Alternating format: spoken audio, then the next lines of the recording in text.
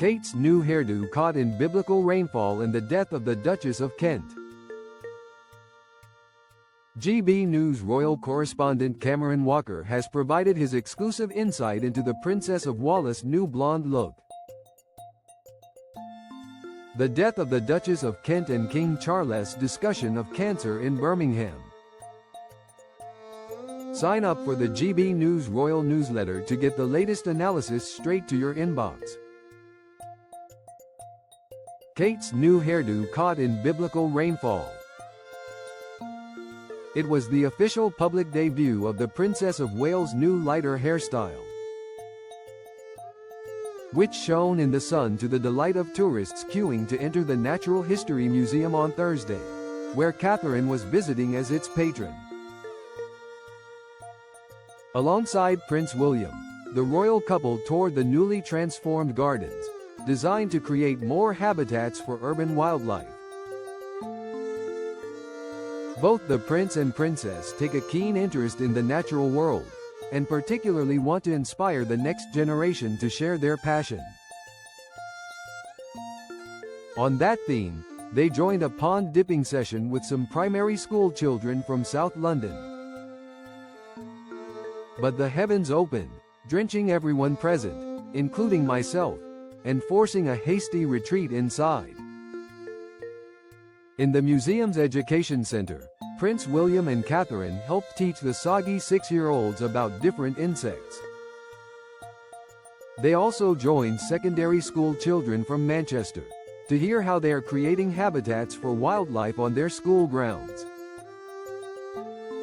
It was hardly surprising that the royal couple chose a nature-themed engagement for their first joint public appearance after their children's long summer holidays.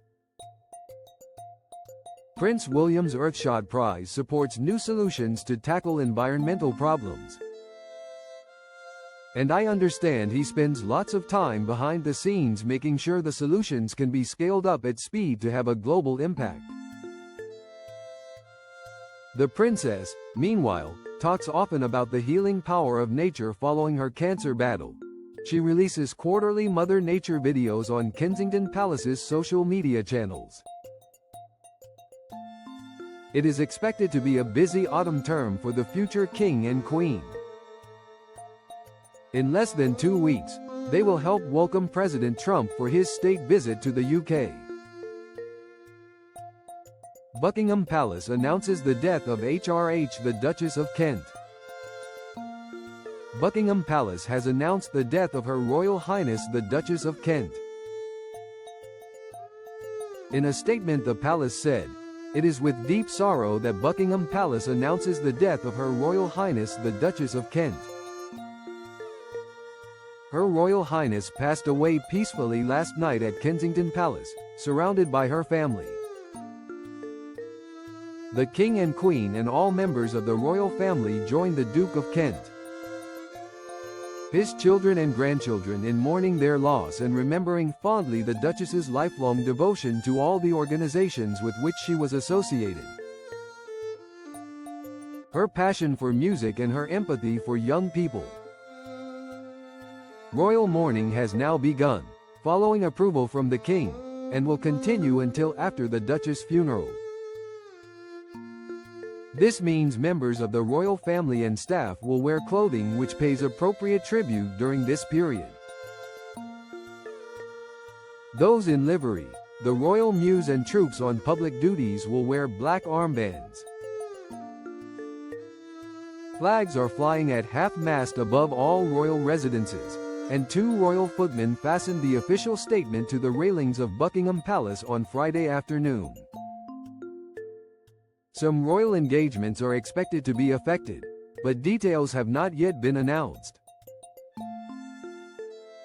The King and Queen were at Balmoral on Thursday night when they were informed of the Duchess' passing. At 92, the oldest member of the royal family was understood to have been unwell for some time. Her coffin will be at rest at Kensington Palace for those close to her to pay their respects privately. The King and Queen last saw the Duchess at a privately family event. She was last seen in public during her husband's 89th birthday celebrations in October 2024. King discusses cancer in Birmingham. On Wednesday, the King joked about getting old when he met patients at a new hospital in the West Midlands. The Midland Metropolitan University Hospital in Smethwick has 736 beds, and His Majesty was greeted by cheering crowds. He met 85-year-old patient Jacqueline Page, from Great Barr, who told King Charles she was wearing out. The King said, "I know, this is the terrible thing, as I am discovering already. The bits don't work so well when you get past 70.